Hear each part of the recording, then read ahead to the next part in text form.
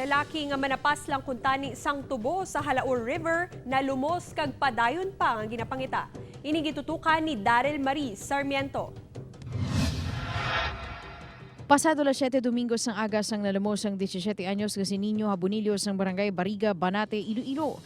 Nagatabok sa Halaur River sa Kaysalantay nga kawayan sa bahin sa barangay Compo San Enrique ang biktima. Kaupod ang duha pa niya ka mga kaupdanan nga manapasman kuntan isang tubo sang matabo ang aksidente. Siyempre may mga studying silang dala mo. May nagawayway bala mga kawayan sa kilid siyang suba.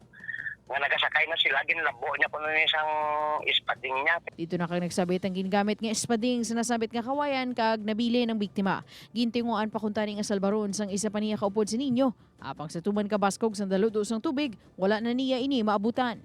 Dahil siya naglumpat sa ginumpatan siya. Kag lagson siguro mga hanggang siguro mga 100 to 150 meters siguro ang kalayo sang lagas niya mo. Padayon pa karon ng search and rescue operations para sa nasambit nga biktima. Upod kay Hans Tisierto, Daryl Marie Sarmiento, 1